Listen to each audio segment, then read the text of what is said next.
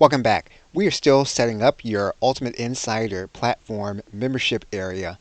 And if you're in the site of the membership tab, by now you should have set up your custom domains. You should have set up your site details. We're now going to set up the email settings. And you're going to notice here that these settings are going to be turned on by default. Now what you can do is you can turn these off.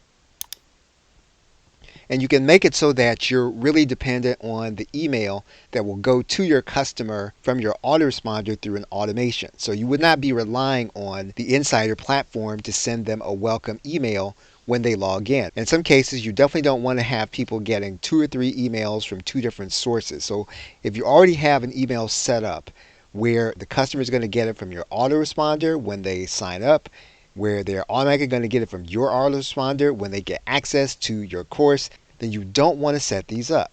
Now, if you don't have that, you can set them up. So you may want to start the process with these off so that you can determine what the customer is actually going to get from you once you set up your own automation.